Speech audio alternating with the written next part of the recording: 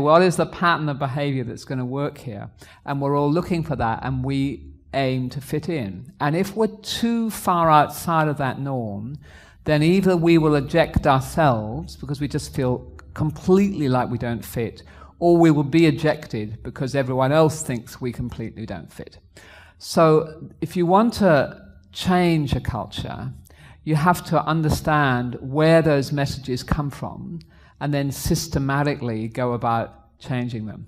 And if you change enough of them within a fairly period of time where people go, okay, they really, really do want me to keep my promises now, right? Okay, I've got it, And then people will actually, most behaviors are quite easily changed by most people. And we find, about 80% of people actually will change their behavior when they really, really get that this organization expects me to be that way. And then there's 20% of people who are, for whatever reason, just emotionally or whatever, so incredibly rigid about the way that they are that they're not able to make that change. But most people can adapt when they get it. So the job then of managing a culture or leading a culture is working out where those messages come from and then working out how many of them can change. And the messages, of course, are about your walk much more than about your talk. It's the unspoken messages. So they come from three sources.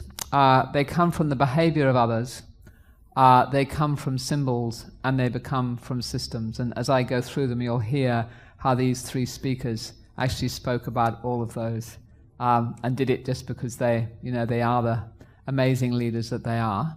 But some of you may be able to coach leaders to do this in a little bit more of a deliberate way, a little bit less instinctive way than those guys do. So the behaviors are everything that I watch from other people. What I do as a leader myself, how I send emails, how I behave in meetings, all the behaviors that I'm seeing around me.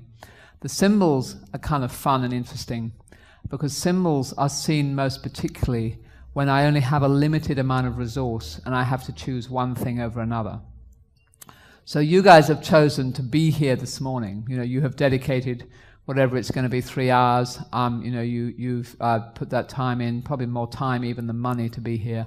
And you've said, this is important to me. So how you use time and how you spend money, your checkbook and your diary are the greatest reflection of what you really value. Because you've only got a limited amount, right? You haven't got infinite. So you make a choice. The organization is making a choice.